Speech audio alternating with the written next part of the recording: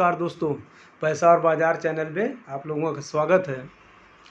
आज हम जो पॉपुलर इनकम है लोगों की, एक पैसिव इनकम या रेगुलर इनकम के रूप में जो अपने रिटायरमेंट के बाद इस्तेमाल करते हैं, उस इनकम के बारे में लोगों से आज हम बात करेंगे। वो मुख्यतः रेंटल इनकम है, फिक्स्ड डिपॉजिट की इनकम है, SWP फ्रॉम म्यूचुअल फंड है। मतलब म्यूचुअल फंड से जो SWP से लोग रिटर्न लेते हैं या अपनी रेगुलर इनकम तैयार करते हैं, इसकी संख्या बहुत कम है। तो सबसे पहले हम शुरू करते हैं रेंटल इनकम। तो जैसा लोगों को ये काफ़ी पॉपुलर है, लोग कहते हैं कि हम प्रॉपर्टी में पैसा लगा करके या फ्लैट खरीद के उसमें किसी किराएदार को रख देंगे तो उससे हमको एक रेगुलर इनकम होती रहेगी, हमने अपना रिटायरमेंट का प्लानिंग कर लिया है। तो अब उसका जो टिकट साइज होता है वो काफ़ी बड़ा है। यदि फ्लैट आप खरीद रहे हैं तो 50 लाख से लेकर 1 करोड़ रुपए के बीच में अमूमन फ्लैट मिलते हैं। कुछ शहरों में तो काफ़ी ज़्यादा हैं, 2-2, 3-3 करोड़ के फ्लैट हैं।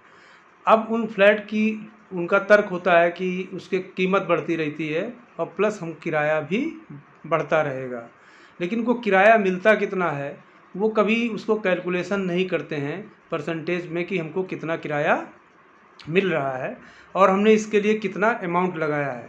दूसरा एक और भ्रम है कि फ्लैट में जो लोगों को लगता है कि इसके दाम बढ़ते ही रहेंगे, जबकि वो देखें कि फ्लैट की एक लाइफ है या 30-40 साल बाद उस फ्लैट को आप बेचने जाएंगे तो कोई ख़रीदार नहीं मिलेगा क्योंकि काफ़ी पुराना हो गया है।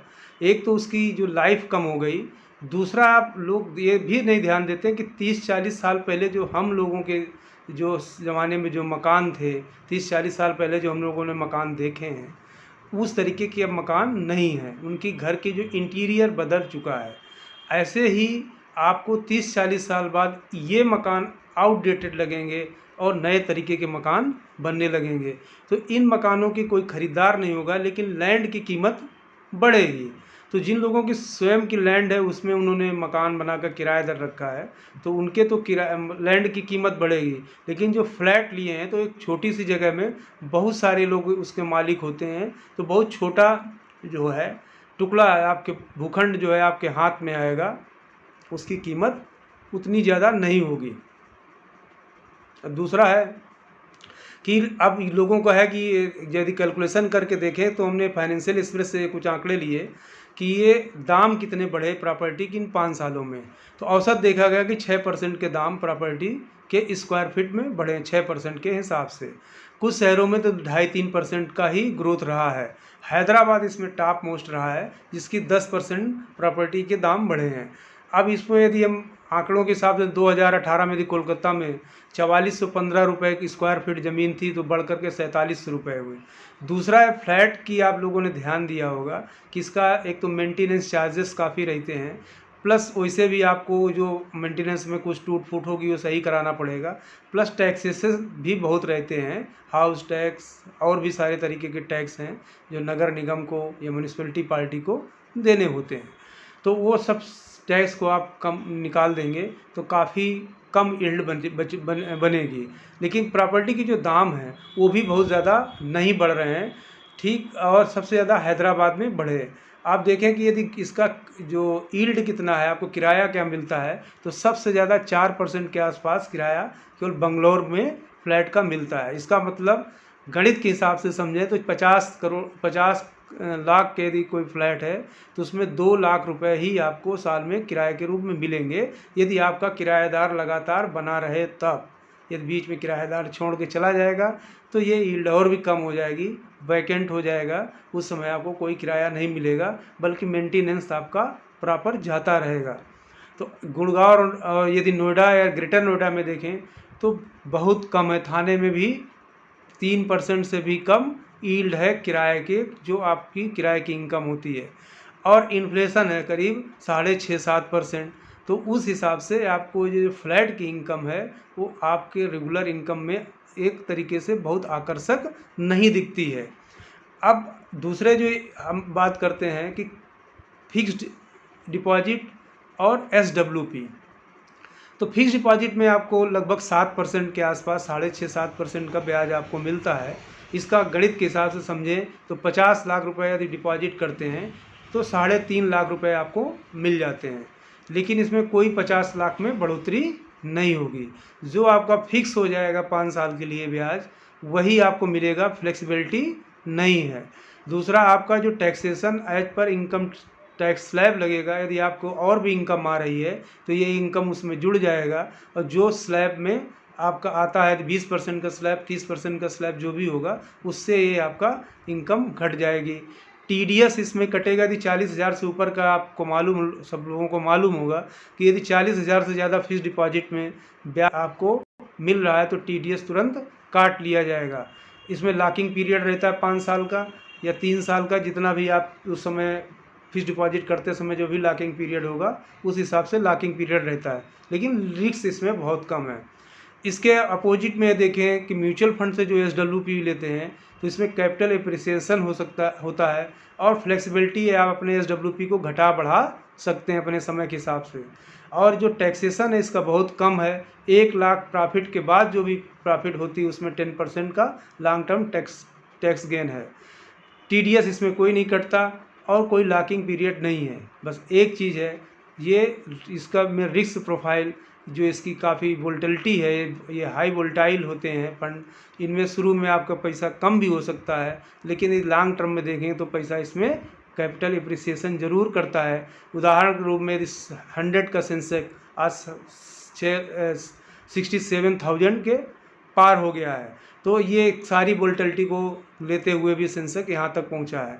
तो यदि अब आपको हम एसडब्ल्यूपी एक उदाहरण के रूप में समझाएं कि एसडब्ल्यूपी आपको एक फ़ंड के बारे में बताएं, फ़ंड के नाम से आपको नहीं है कोई मतलब, लेकिन यदि आप उसको एसडब्ल्यूपी को किसी एग्जाम्पल के रूप में देखें, आप फ़ंड कोई भी सिलेक्ट कर सकते हैं, तो फंड सिलेक्शन महत्वपूर्ण नहीं है, लेकिन हमारा एक बताना है कि ये एसडब्ल्यूपी किस तरीके से काम करती है। तो आप देखें कि एसडब्ल्यूपी में यदि किसी ने 50 लाख रुपए, ये डीएसपी इक्विटी बॉन्ड फंड का एक एग्जांपल है, 2013 में किसी ने 2013 में 50 लाख रुपए यदि इन्वेस्टमेंट किया और हर महीने 30,000 रुपये विड्रॉल कर रहा है, जो एफडी से भी ज़्यादा है, और लगातार वो आपके अकाउंट में आ रहा है, और इस तरीके से आप इसमें हर महीने लेते पैसा चले जा रहे हैं। आप पैसा लेते जाएंगे, आपको लगेगा कि ये यहाँ फिगर जो दिख रहा है वो आपका जो 50 लाख को घटाते हुए दिख रहा है कि आपका घटता जा रहा है, लेकिन फाइनल वैल्यू यदि आप देखेंगे तो इसको इधर आप तुलना करें तो फाइनल वैल्यू यदि पहले महीने आपने 50 लाख जमा किया, अगले महीने आपका घट करके 47 लाख ही बचा है। इस जो हम वोल्टिलिटी कह रहे थे कि ये वोल्टिलिटी होती है, अब ये चीज़ें आपको दिखाई देंगी, लेकिन फ्लैट और एफडी में आपको कुछ चीज़ दिखाई नहीं देगी। यदि एफडी को भी आप बीच में ब्रेक करने जाएं तो वो भी आपका कैपिटल को माइनस करके ही देंगे, जो क्योंकि आपने शर्तों का उल्लंघन किया है। लेकिन चूंकि इसमें कोई लॉकिंग पीरियड नहीं है, कोई शर्त नहीं है, लेकिन शर्त आपको है कि जो आपको भी इसमें थोड़ा लॉन्ग टर्म रहना चाहिए। तो अगले महीने घट जाता है, उसके अगले महीने और घट जाता है। अब 50 लाख की वैल्यू कितनी हो जाती है, करीब 46 लाख। फिर उसके एक महीने बाद वो 47 लाख 64,000 हो जाता है, और चौथे महीने 5वें महीने 50 लाख को फिर पार कर लेता है। बताया ना कि वोलेटिलिटी रहती है। फिर इसके बाद वो घट करके 49 लाख हो जाता है, फिर इसके बाद वो बढ़ने लगता है, तो फिर आप वो देखिए वो बढ़ता ही चला जाता है।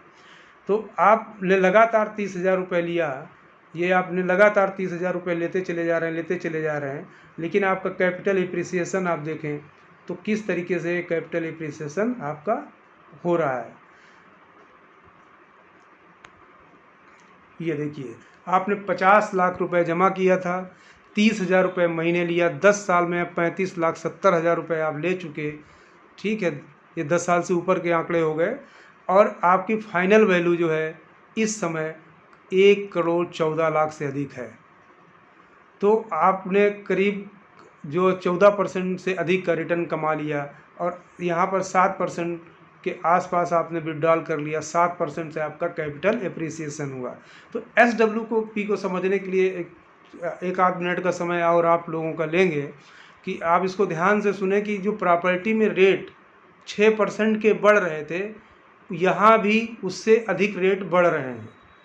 यहाँ पर किराएदार आपको छोड़ के नहीं जा रहा है, 30,000 रुपये हर महीना वो किराएदार दे रहा है, आपसे कोई मेंटेनेंस चार्ज नहीं मांग रहा है। किराएदार मकान मालिक का कोई भी विवाद नहीं है। ये किराएदार आपको लगातार 30,000 रुपये देता जा रहा है। अब आपको लग रहा है कि हमको 30,000 रुपये में खर्चा नहीं चल रहा है, तो आप इस समय आपका कैपिटल एप्रिसिएशन हो चुका है, आप अपने इस SWP को बढ़ा लीजिए। आप चाहें तो अब यहाँ से 50,000 60,000 रुपये भी ले सकते हैं। और दूसरी चीज़ है, आप कहेंगे कि हमारी कैपिटल जो प्रॉपर्टी है हम उसको अपनी जो सक्सेसर हैं या बच्चों को ट्रांसफ़र कर सकते हैं, तो ये भी एक एसेट क्लास है। ये यूनिट आपने ख़रीदा था 50 लाख की, ये जो बची हुई यूनिट ये आप अपने बच्चों को या नॉमिनी को ट्रांसफ़र कर सकते हैं। ट्रांसफ़र आसानी से हो जाता है और वो लोग भी इस SWP का आनंद ले सकते हैं। तो ये चाहें तो आप पीढ़ी दर पीढ़ी इसका आनंद ले सकते हैं। और ये जो किराएदार है वो लगातार आपका किराया भी किराया भी देता रहेगा, कैपिटल एप्रिसिएशन भी होगा। जब चाहेंगे तो 2 दिन 3 दिन के अंदर आपके अकाउंट में पैसा ट्रांसफ़र हो जाएगा। जबकि आपको प्रॉपर्टी डिस्पोज़ करने में बहुत ज़्यादा समय लगता है, कभी 2 साल 3 साल भी लग जाते हैं, कभी कभी प्रॉपर्टी समय पे बिक ही नहीं पाती है। और तीसरी बात ये है कि जो फिक्स्ड डिपॉजिट है उसमें आपका कैपिटल एप्रिसिएशन नहीं हो रहा। अभी 5 साल तो आपके काम चल जाएंगे, लेकिन अगले 5 साल में यदि इन्फ्लेशन बढ़ जाती है और ब्याज दरें वहीं का वहीं रह जाती हैं या कम हो जाती हैं, तो आपकी इनकम घट जाती है और धीरे धीरे वो आपका जो पैसा है वो कम दिखाई देने लगता है, क्योंकि आपके काम में पूरी तरीके से काम नहीं कर पा रहा है, काम में एक तरीके से रुकावट आ रही है। तो हमारी आप लोगों की सलाह है कि आप धीरे धीरे जिस तरीके से SIP को में फोकस करके वेल्थ क्रिएशन कर रहे हैं, जिन लोगों के पास आज पैसा है और वो यदि रेगुलर इनकम की ओर देख रहे हैं, तो SWP एक बेहतर विकल्प हो सकता है। लेकिन ये इसमें इन्वेस्टमेंट करने के पहले एक बार आप ज़रूर समझें और अच्छे से समझें। बिना समझे हुए भी कोई भी इन्वेस्टमेंट ना करें। ये हमारी कोई इस तरीके की सलाह नहीं है कि आज आपको ये हमने बताया आकर्षक लगा और आप पूरी तरीके से यदि नहीं समझ पाए हैं तो और अच्छे से समझें।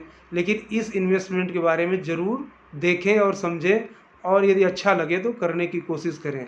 तो आज की बात हम यहीं समाप्त करेंगे। ये वीडियो आपको कैसा लगा कमेंट बॉक्स में ज़रूर लिखें। आपको कोई सुझाव हो तो ज़रूर लिखें। हमारा किसी भी प्रोडक्ट के बारे में कोई उस तरीके का भेद नहीं है कि आप जिनको प्रॉपर्टी अच्छी लग रही है। भारत में आपको क्या, भारत में 55% लोग प्रॉपर्टी में इन्वेस्टमेंट किए हुए हैं। उसके बाद दूसरा नंबर फिक्स्ड डिपॉजिट का आता है, तीसरा नंबर इंश्योरेंस का आता है। म्यूचुअल फंड वगैरह में तो 2-3% 4% ही इन्वेस्टमेंट किए हैं। और दूसरा, आप लोग एक खबरें पढ़ते होंगे कि इस तरीके की खबरें कि जो है किराएदार और जो है मकान मालिक का काफ़ी विवाद हो गया और कचहरी और कोर्ट कचहरी में उनके मुकदमे चलते रहते हैं। तो इन सब मुकदमों से भी बचने में ये सहायक है और आपका कैपिटल एप्रिसिएशन भी करेगी SWP, और धीरे आप अपनी बेहतर ज़िंदगी जी सकते हैं और रेगुलर इनकम का पीढ़ी दर पीढ़ी के लिए आप व्यवस्था कर सकते हैं। तो धन्यवाद दोस्तों, नमस्कार।